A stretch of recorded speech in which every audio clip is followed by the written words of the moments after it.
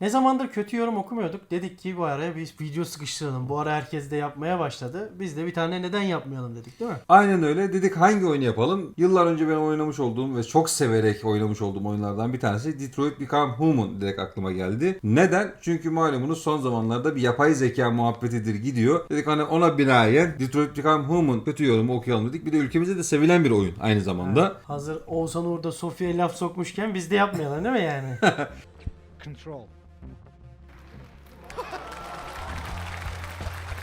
Oyunu ben oynayıp bitirdiğim için soruları Uğur soracak. Soruların hiçbirini ben bilmiyorum. Yani soru değil, yani yorumları Uğur okuyacak. Ben de o yorumları oynamış olduğum kadarıyla, bildiğim kadarıyla değerlendirmeye, haklı ya da haksız şekilde yorumlamaya çalışacağım ben de. O zaman ilk yorumumuzdan başlayalım. Hemen başla abi. Detroit Become Human gerçekten çok güzel bir oyun. Başından sonuna kadar kalitesini konuşturan bir oyun. Bu oyunu o kadar çok oynamak, deneyim etmek istedim ki ama yapamıyorum. Oyunu PC veya Steam portu çok kötü. FPS yerin dibine giriyor, bazen crash veriyor, bazen ekranın yarısı siyah oluyor gibi birçok hata alıyorum. Düzgün bir şekilde oynayabilmem için grafik kartımın driverlarını downgrade etmem lazım. En azından bu sorunların çözüm yollarından bir tanesi bu. Ki ben bunu yapmak istemiyorum. Oyunların performanslarını düzeltmek oyuncunun değil yapımcının işine olmalı çünkü. Maalesef ki oyunu deneyim edemeden silmek zorunda kaldım. Oynayabilsem öve öve bitiremeyeceğim bir oyuna olumsuz inceleme yazmak içimden gelmiyor ama gerçek bu. İncelemeyi okuduğunuz için teşekkür ederim. Aslında kötü yorum yapmamış, bir sıkıntısını, bir sorunu dile getirmiş. Günümüzde nasıl oyunlar kötü optimizasyonla çıkıyorsa geçmiş zamanda da birçok oyun kötü optimizasyonla çıkıyor. Özellikle port oyunlarında bunu çok defa gördük. İşte Detroit Become Human'da önce konsola, sonrasında PC'ye gelen oyunlardan bir tanesi ve maalesef evet optimizasyon noktasında sıkıntı vardı ama benim oynadığım dönemde bu arkadaşın yaşadığı hiçbir sıkıntı yaşamadım. Yani büyük bir ihtimal bu ilk geldiği an oyuna girmiş bir arkadaşımız. O yüzden maalesef oyunu deneyimlememiş ama eğer bizi izliyorsa ya da bizi duyuyorsa arkadaş merak etme, optimizasyon noktasında artık bir sıkıntısı kalmadı. Gayet girip şu an rahat bir şekilde oynayabilirsin. İnşallah sistemini de güncellemişsindir. Zaten şöyle bir durum var. Genel hani bir filtreleme yaptığım zaman geneli optimizasyon sorunu yüzünden oynayamayanların kötü yorumları var. Evet. Diğerleri de böyle 3-5 komik yorum. Tahmin edebiliyorum ama. Tahmin edebiliyorum kötü yorumları. Bu arkadaş da olumsuz eleştiri vermiş ve şöyle yazmış.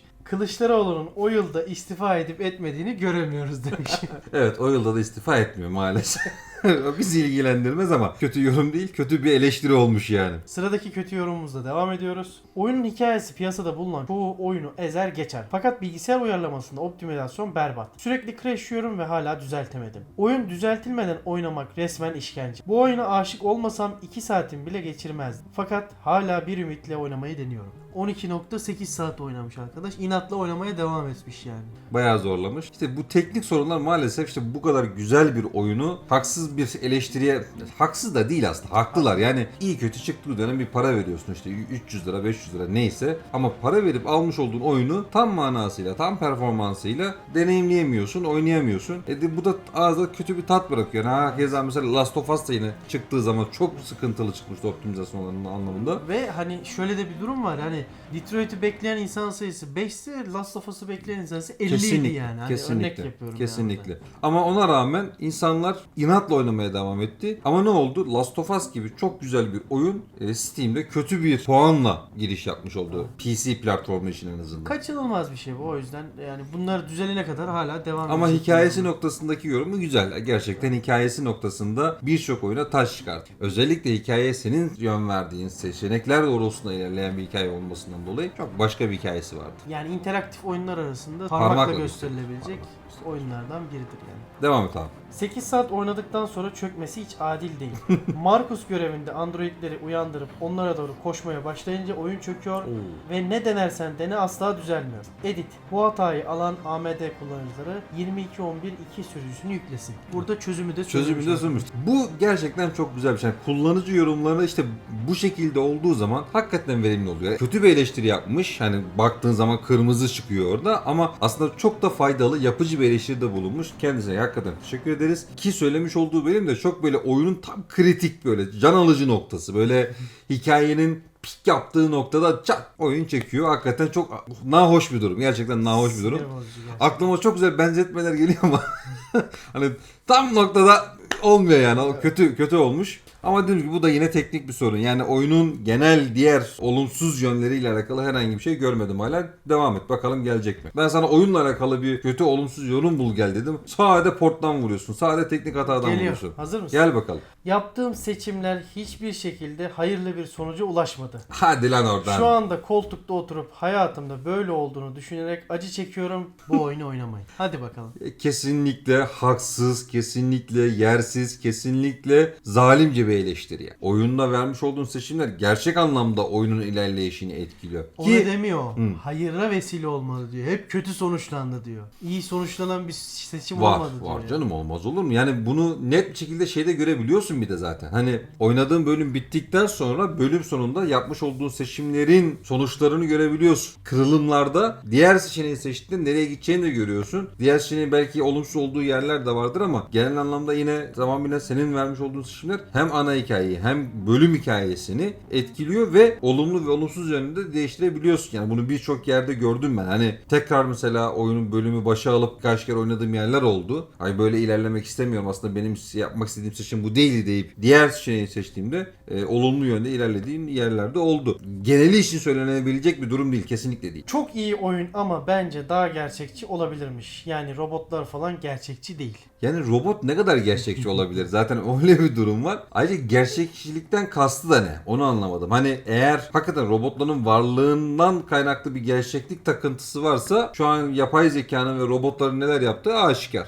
Oyunun geçmiş olduğu yılda 2022 yılı değil. Daha ileriki yıllarda geçiyor. Şu anki günümüz teknolojisine baktığımız zaman işte 50 yıl sonra, 100 yıl sonra oyundaki androidlerle belki birebir aynı olmaz ama o kaliteye yaklaşacak yapay zekaya sahip robotların çıkması aşikar. Yani buna en büyük örnek işte Oğuzhan'ın kanalındaki Sofya'da buna örnekler. Çok güzel bir prototip oldu aslında yani. Demek ki gerçekliğe yakınmış aslında. Çıldırmalık bir yorum geliyor şu an. Ben bu oyun kadar boş bir oyun görmedim. Güzel yorumlara kanıp almayın. Gidin bu paraya GTA 5 alın.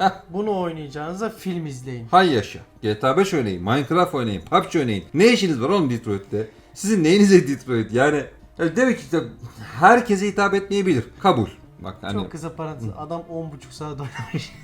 yani bu eğer ciddiyse, bu eleştirisinde, yorumunda ciddiyse demek ki çok farklı bir oyun kültür anlayışı var. Yani bizim sahip olduğumuz, bizim sevdiğimiz bir kültürden çok daha uzak bir kültürde. Eğer parodi yaptıysa, mizah yaptıysa hiç de hoş değil. Söylenebilecek çok fazla bir şey yok bu Ya arkadaşı. burayı böyle geçiyoruz. Tam yani. sopalık ama yani. Tam sopalık. Yine bir komik yorum buldum bu arada. Aga benim Xiaomi niye böyle değil AMK. Güzel. O da Android hesabı. O da Android. Yani işte Android'ler bitiyor artık. iOS'a geçmek lazım artık. Burada Ömer izliyormuş bizi. Ömer Faruk.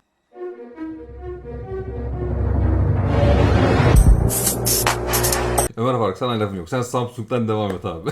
Hikayesi güzel, kurgusu güzel, film gibi hiç sıkmıyor. Sonraki bölüm merak ediyorsunuz, seçimlerinizi sorguluyorsunuz, felsefik yanları var. Gerçekçi bile sayılabilir olası gelecek senaryosu için. Övülecek tarafı çok lakin oynanış değil gibi. Yerden silah alamıyorsun, kapıyı açamıyorsun, aksiyon sahneleri tam ...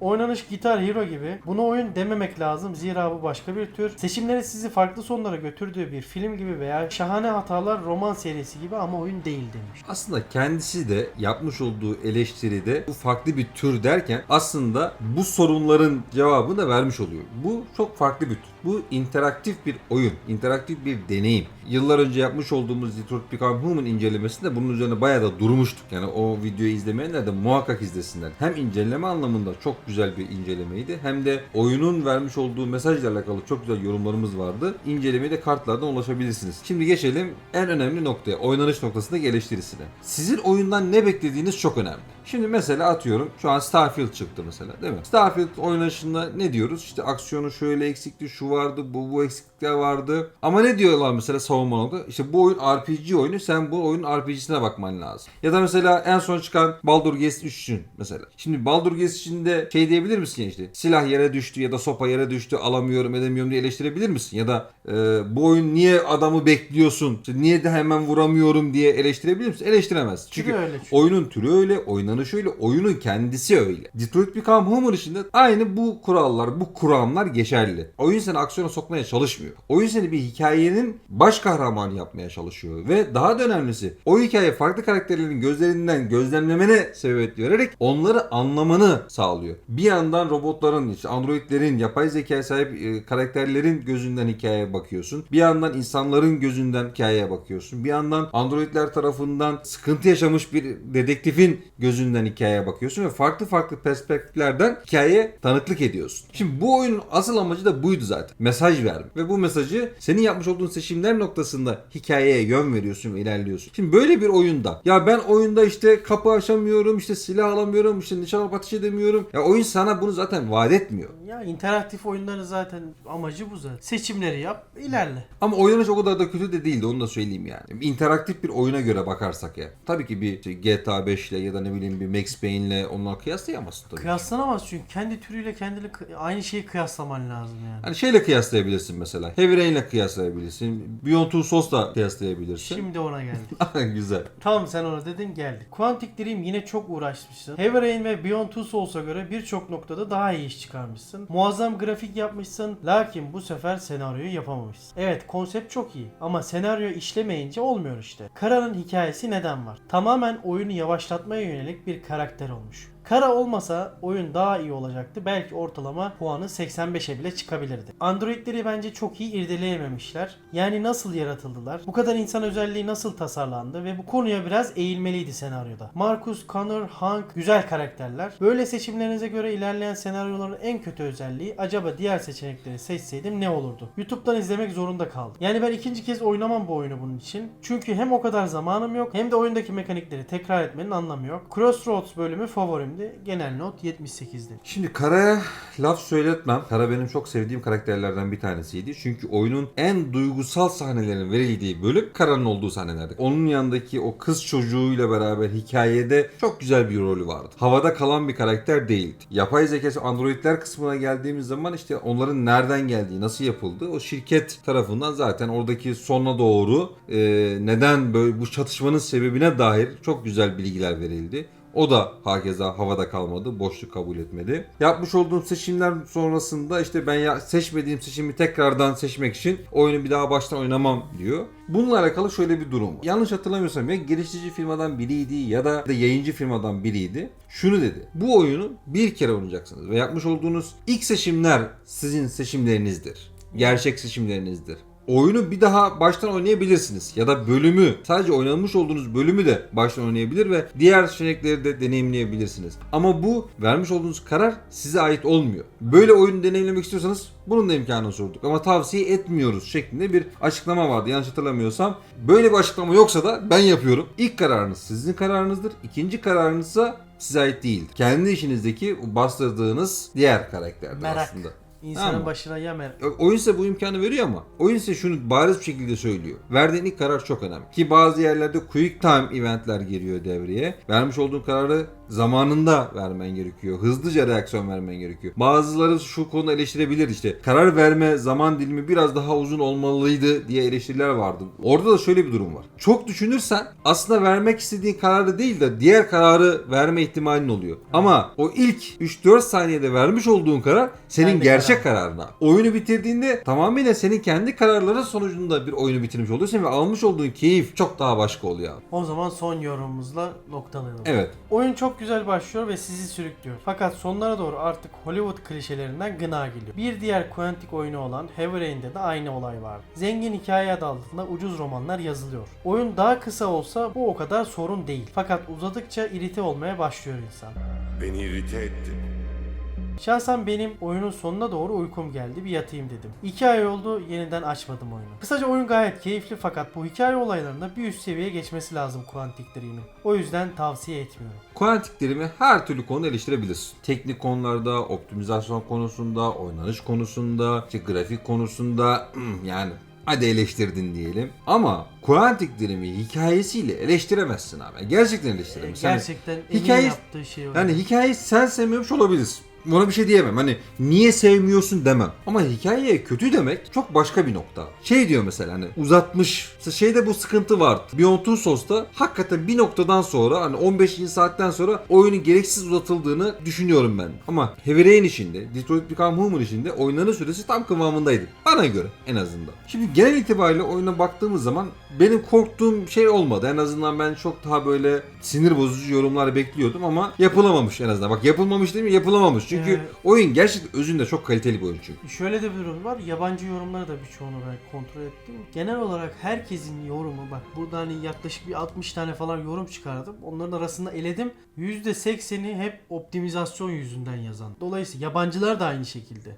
Yani birkaç farklı yorum vardı. Sadece onları aldım. Ama geneli dediğim gibi hep optimizasyon yüzünden yazılan yorumlar. Ben biraz daha böyle zıpır yorumlar bekliyordum. Biraz daha eğlenceli olur diye ama peki size göre oyunun kötü olduğu yerler var mıydı? Oynanış kısmı dışında. Şeyi bekliyordum ben. Ya kimse söylememiş ya da senin gözünden kaçmış. Kamera açıları, kamera kullanımı ciddi anlamda Hiç görmedim. çok kötüydü. Yani 3 oyunda da bu böyle. Yani karakteri kontrol etme noktasında çok ciddi sıkıntı çekiyorsun ve mücadele ediyorsun böyle. Bir yere yönlendirmede işte bir kapı, özellikle kapı açmalar büyük eziyetti mesela oyunda. Heavy Rain'de de vardı o çok fena, onu hatırlıyorum. Heavy Rain de çok kötüydü. Heavy Rain de çok kötüydü. Yani aslında işin özü şu, acısıyla tatlısıyla optimizasyon sorunu olmasa aslında kötü yorum alabilecek bir oyun Değil. değil. Onu gördüm. Onu gördük. Bu da bir ilk olsun. Ben sana bilerek söylemedim, sen çünkü bana hani bakmadığın için. Hı hı. Ben bilerek söylemedim sana. Bu da böyle güzel bir videomuz olsun. Evet, olsun, güzel olsun. Biraz sakin oldu. Böyle çok böyle kavga gürültü olmadı. Ya. Böyle sizin böyle kavga gürültü çıkabileceğini düşündüğünüz bir oyunun kötü yorumları varsa onları bize yorumlar kısmına yazın. O oyunun da yorumlarına bakalım. Eğer çıkartabilirsek onun içinde video çıkartırız. Tabii böyle ara ara yapmak çok daha keyifli. Böyle sık sık aynı tarz video yapmak da istemiyoruz. Hazır bu dar vaktimizde, sıkıntılı süreçlerimizde böyle bir video yapalım dedik. Umarım beğenirsiniz. Sürçülisanımız olduysa affola. Unutmayın ki oyunlar öznel bir nesnedir. Kişiden kişiye farklılık göstermesi de gayet doğaldır. Bir sonraki videoda görüşünceye kadar oyunla kalın.